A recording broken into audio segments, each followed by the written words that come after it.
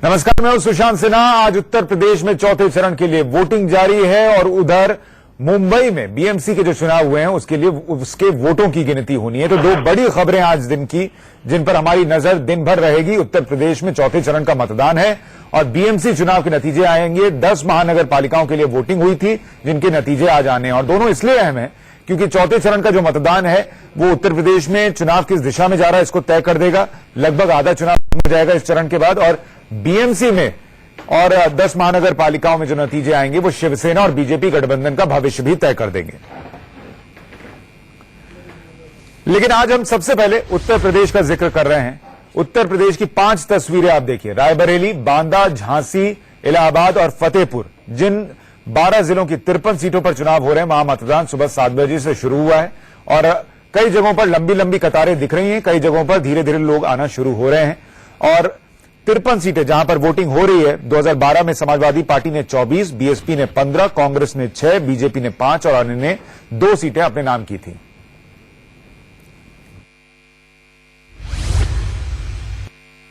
उत्तर प्रदेश में चौथे चरण का चुनाव शुरू हो गया है। इस वक्त हम झांसी सदर विधानसभा क्षेत्र में मौजूद हैं और आप देख सकते हैं कई लोग जो वोट डालकर बाहर निकले हैं। आप भी अपना वोटिंग जो आप कर आए हैं, आप देख सकते हैं एक्साइटेड और खुश नजर आ रहे हैं। अपने मत का फेस्टिवल है, फेस्टिवल का मौसम लग रहा है।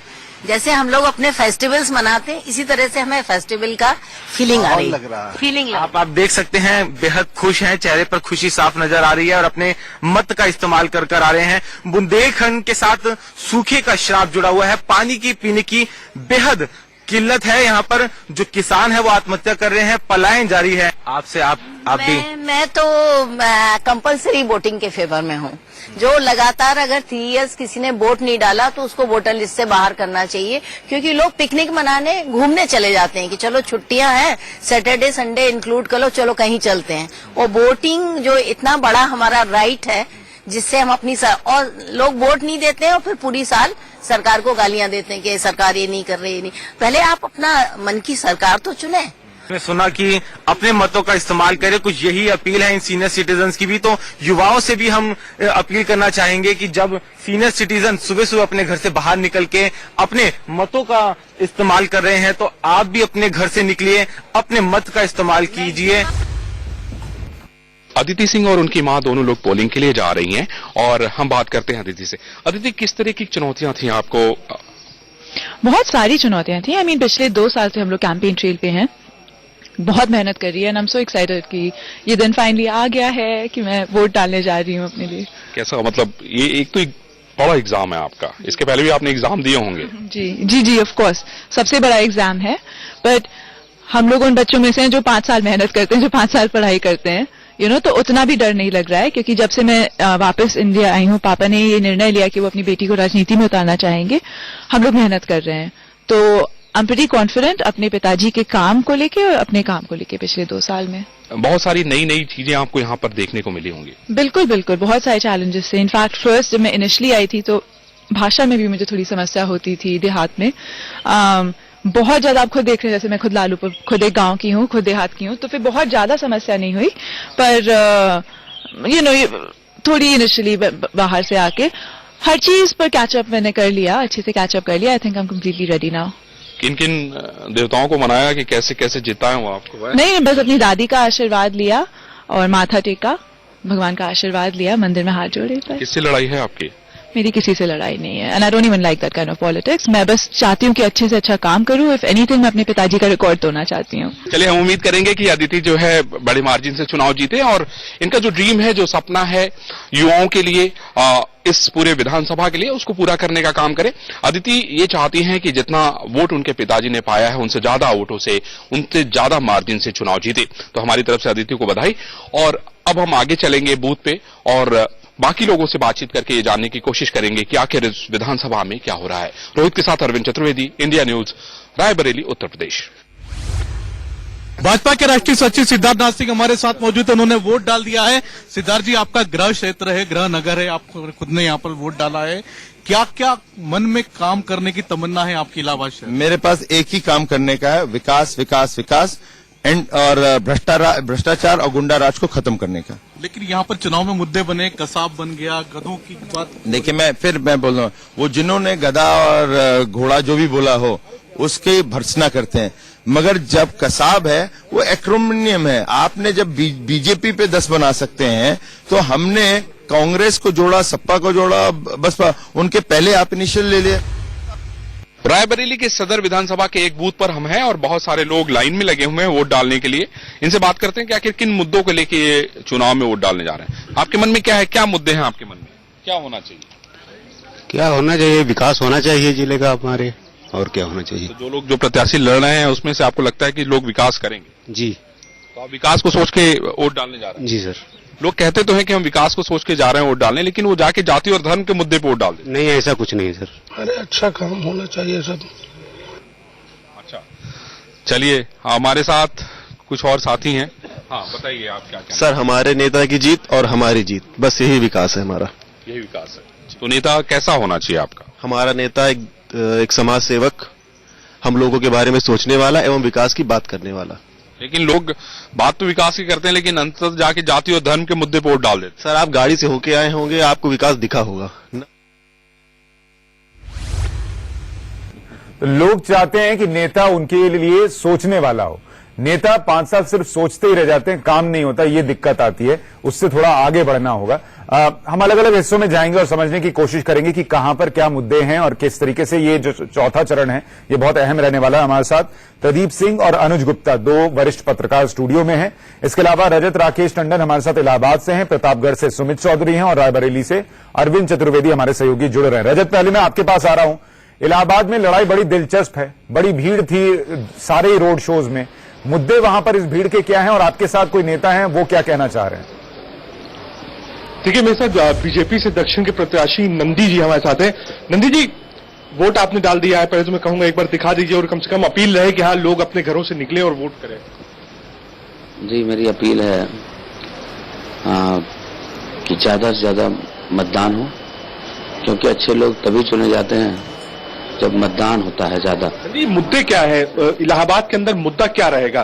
क्योंकि आप पहले कांग्रेस में थे, इस वक्त भारतीय जनता पार्टी से लड़ रहे हैं, रोड शोज बड़े हुए हैं, चाहे वो बीजेपी का हो चाहे अलायंस का हो, लेकिन मुद्दा चुनाव का इलाहाबाद में क्या है?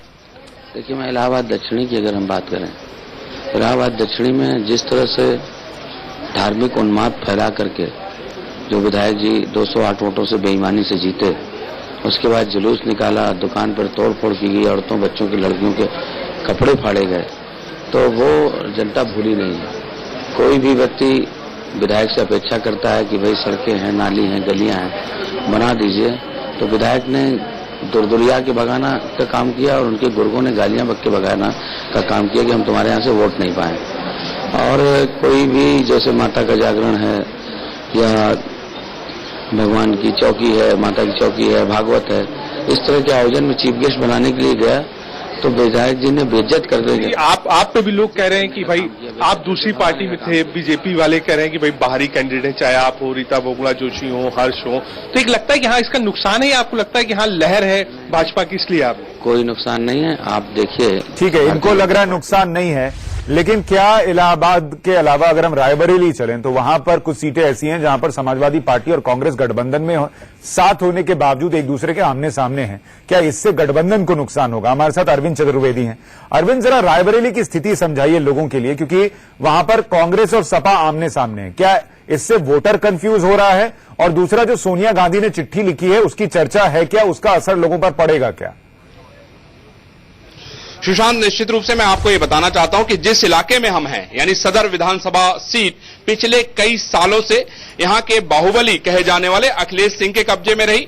पिछली बार अखिलेश सिंह पीस पार्टी से चुनाव लड़के चुनाव जीतने का काम किया था और आपको याद होगा कि बाद में उन्होंने पीस पार्टी को तोड़ दिया था। यह भी बड़ी महत्वपूर्ण बात है। और मैं आपको बताना चाहता हूं कि उन्हीं की बेटी अदिति सिंह यहां पर कांग्रेस से चुनाव लड़ रही, क्योंकि अखिलेश सिंह का कहना यह है कि वो प्रियंका गांधी से प्रभावित है और इस नाते वो कांग्रेस से चुनाव लड़ रही है। लेकिन वहीं दूसरी बात मैं आपको बता दूं कि अखिलेश सिंह का सगा भतीजा बहुजन समाज पार्टी से चुनाव लड़ रहा है और वो उसका भी समर्थन कर रहे हैं और अखिलेश सिंह मोदी के भी समर्थक हैं। यानी आप समझ सकते हैं कि एक ही परिवार में बहुत सारी विचारधाराएं हैं। और हमारे साथ बहुत सारे लोग खड़े हैं सुशांत, जिन्होंने वोट कर लिया है और इनसे जानते हैं कि आखिर इनके मन में क्या सवाल है। लोग बात तो विकास की करते हैं, लेकिन आखिरी में जाके वो वोट जाति और धर्म के मुद्दे पर देते हैं। इनसे बात करते हैं। सुशांत, आपने वोट कर लिया सारे लोगों ने? दिखाएं जरा, उंगली दिखाएं। सुशांत, ये देखिए सभी लोगों ने वोट कर लिया है और इनसे बात करते हैं। क्या मुद्दे हैं आपके लिए? विकास। विकास किस तरह का विकास होना चाहिए? विकास शिक्षा है, सड़क है, स्वास्थ्य है और लॉ एंड ऑर्डर तो सबसे महत्वपूर्ण है। तो लॉ एंड ऑर्डर, विधायक जी को तो बाहुबली कहते हैं यार, उनकी बेटी लड़ रही है। बाहुबली नहीं है, जनता के लिए वो अच्छे हैं। जनता के लिए अच्छे हैं। अरविंद, विकास हुआ है इसके लिए वोट दिया है या विकास नहीं हुआ है इसके लिए वोट दिया है? अच्छा, आपने वोट विकास हुआ है इसके लिए दिया है या विकास नहीं हुआ है इसके लिए दिया है? विकास हुआ है जितना उनसे हो सकता था विधायक रहते हुए उन्होंने किया है, ऐसा नहीं है। बड़ी महत्वपूर्ण बात है सुशांत कि इनका कहना है कि विकास हुआ है, लेकिन इसके बगल में ही एक सीट है ऊंचाहार से समाजवादी पार्टी के मनोज पांडे चुनाव लड़ रहे हैं और कांग्रेस भी अपनी किस्मत आजमा रही है। अब आप सोच सकते हैं कि वहां पे आखिर उन प्रत्याशियों की किस्मत का क्या होगा। इन दोनों लोग लड़ रहे हैं और दोनों गठबंधन में भी हैं, तो आप समझ सकते हैं कि जरा कुछ और लोग जो हैं आपके पीछे, जरा उनसे भी बात कीजिए कि उनमें कोई कंफ्यूजन है क्या कि ये जो गठबंधन आमने सामने है। और सोनिया गांधी की चिट्ठी उन्होंने पढ़ी, सुनी, क्या उसका असर पड़ा है वोट देने के पहले? अच्छा, ये बताइए आप लोगों ने क्या सोनिया गांधी ने चिट्ठी लिखी है, पढ़ा क्या उसको या सुना उसके बारे में? नहीं, मैंने नहीं सुना। अच्छा, इन्होंने नहीं सुना, किसी ने सुना? आपने पढ़ा? किसी ने? अरे वो थोड़ा सा राजनीतिक कारण और स्वास्थ्य के कारण है, इसलिए नहीं यहाँ आ पाई। वो माध्यमिक अपील किया है कि जो है मतलब हमारे कैंडिडेटों को वोट दिया जाए। तो आपको उनकी चिट्ठी से कहीं ना कहीं प्रभावित है? नहीं, हम विधायक जी से प्रभावित हैं। वो सड़क, गली गली और स्कूल हमारे ब्लॉक में जब तक ये विधायक नहीं थे उसके पहले ना यहाँ सड़क की व्यवस्था थी ना तो स्कूल इतने थे। और एक सवाल और, ठीक है, ये जो समाज, ये कमाल की बात है कि सोनिया गांधी वहां नहीं जा पाई प्रचार के लिए और उन्होंने एक चिट्ठी लिखी और कई लोग कह रहे हैं कि उन्होंने उसके बारे में सुना भी नहीं है। हमारे साथ सुमित चौधरी भी हैं प्रतापगढ़ से और हमारे साथ संजय शर्मा जुड़ गए इलाहाबाद से। सुमित, प्रतापगढ़ के लिए क्या मुद्दे हैं? थोड़ी तस्वीर दिखाइए और लोगों से बात हो सके तो करके बताइए।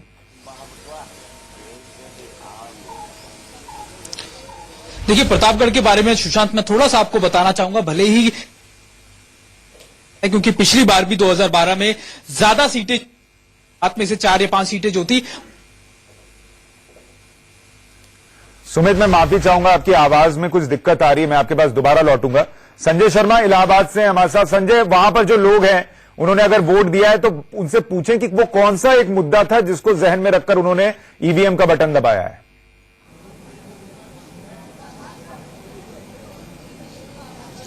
जी हाँ सुशांत, मैं बात करता हूं। सर, कौन से मुद्दे पर आप लोगों ने वोट दिया इलाहाबाद में? आखिर कौन सा मुद्दा था जिस पे वोट डला? मुद्दा उद्दा तो भैया का नाम तो जो मोदी का कार्य है वही है मुद्दा जो है। लेकिन मोदी तो देश में प्रधानमंत्री हैं। तो इससे क्या, जब प्रदेश में भी आएंगे तभी ना कुछ होगा यहाँ भी। मैडम, कौन से ऐसे मुद्दे थे चुनाव में जिस पर आप लोगों ने वोट डाला है?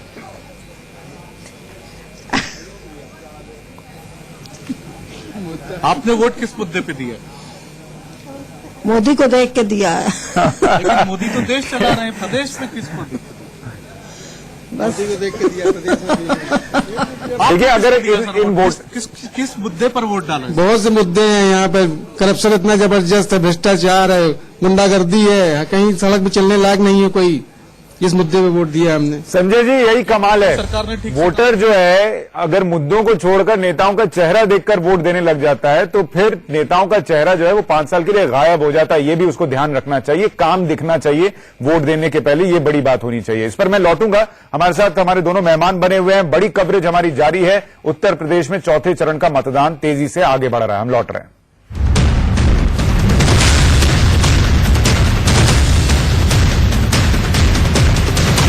तो बड़ी कवरेज जारी है इंडिया न्यूज पर। उत्तर प्रदेश में चौथे चरण का मतदान चल रहा है। 53 सीटों पर आज वोटिंग चल रही है सुबह 7 बजे से। हमारे साथ प्रदीप सिंह और अनुज गुप्ता सीनियर जर्नलिस्ट बने हुए हैं। अनुज जी, ये चौथा चरण जो है, वैसे तो आधी लड़ाई जो है वो खत्म हो जाएगी ऐसा माना जा रहा है, लेकिन क्या अभी भी कंफ्यूजन की स्थिति बनी हुई है? और ये जो 53 सीटें हैं इसका समीकरण क्या कहता है?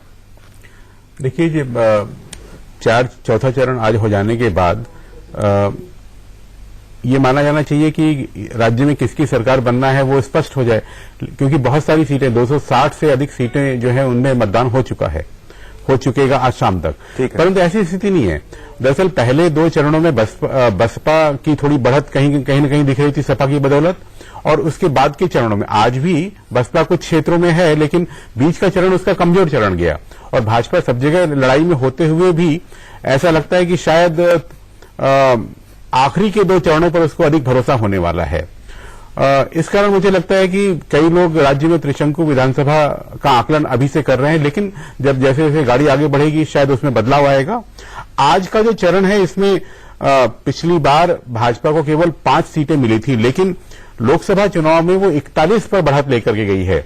लेकिन ये 41 उसके लिए बहुत आसान होंगी ऐसा मत मानिए, क्योंकि 1991 में जब कल्याण सिंह ने बहुमत की सरकार बनाई थी तब भी इन 53 में केवल 18 सीटें भाजपा को मिली थी, और 1993 में 19 सीटें, ये मैक्सिमम सीटें हैं। लेकिन बीजेपी ये तर्क देगी सर कि उसने लोकसभा में भी कभी यहां पर उत्तर प्रदेश में 71 सीटें नहीं जीती होंगी, तो जब वहां इतिहास रच सकते हैं तो यहां भी शायद रख देंगे। ये उम्मीद कम से कम वो कर रहे हैं। स्वाभाविक है, लेकिन जमीन पर जो लोग घूम करके आ रहे हैं वो कह रहे हैं कि 2014 जैसी हवा इस बार नहीं है, उससे कुछ कम है। प्रदीप जी, मैं आपके पास आऊं उससे पहले हम चलेंगे सुमित चौधरी के पास प्रतापगढ़ से। सुमित, मैं माफी चाहूंगा, पहले आपकी आवाज नहीं आ रही थी इसलिए हम आपके पास नहीं आ पाए।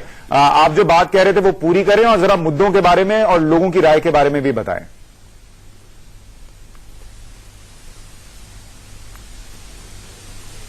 प्रतापगढ़ एक ऐसी सीट है जो लगातार जिसे कहा जाता है कि समाजवादी पार्टी का गढ़ रही है, क्योंकि खुद यहां से कई 2 सीटों से करीब जो है वो राजा भैया निर्दलीय लड़ने के बावजूद अपने और वहां समर्थन करते हैं। और लेकिन यहां पर मुद्दे क्या है, क्योंकि हम इस समय कुंडा में ही मौजूद है, कुंडा यानी राजा भैया की खुद की कॉन्स्टिट्यूंसी, यहां पर लोगों से आपके हिसाब से क्या यहाँ के मुद्दे हैं इस समय?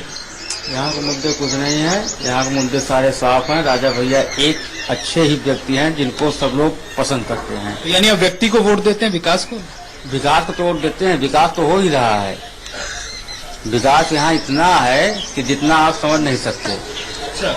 सारे तरफ सड़कें बन रही हैं, सारे तरफ नालियां बन रही हैं, सारा विकास हो रहा है। वो सामूहिक विकास कर रहे हैं, सामूहिक विवाह कर रहे हैं। युवा भी आपके हिसाब से क्या मुद्दा है जिसके लिए आप वोट डालते हैं? सुमित, आपकी आवाज जो है उसमें थोड़ी दिक्कत आ रही है, फिर से तो हम आपके पास लौटेंगे, लेकिन वोटर की आवाज जो है वो आज ईवीएम में कैद हो रही है। लेकिन एक वोटर ये कह रहे थे कि यहाँ पे विकास ऐसा हुआ है कि आप समझ नहीं पाएंगे, सही में नहीं समझ पाएंगे कि अगर कोई विधायक 5 बार से वहां विधायक हो और सड़कें और नालियां सारी चीज बन ही रही हो बन जाने की बजाय, तो फिर विकास कैसा हुआ, ये सवाल तो समझने के लायक है। हम एक छोटे से ब्रेक के लिए रुक रहे हैं। ब्रेक के बाद प्रदीप जी मैं आपके पास आऊंगा और थोड़ा और हम एनालिसिस करेंगे इन सीटों को लेकर, लेकिन आप हमारे साथ बने रहिए क्योंकि 10 बजे से हम बीएमसी का भी जिक्र करेंगे। बीएमसी और 10 महानगर पालिकाओं के नतीजे महाराष्ट्र में आने वाले हैं और वो बहुत अहम नतीजे हैं, उस पर भी इंडिया न्यूज की बड़ी कवरेज जारी रहेगी।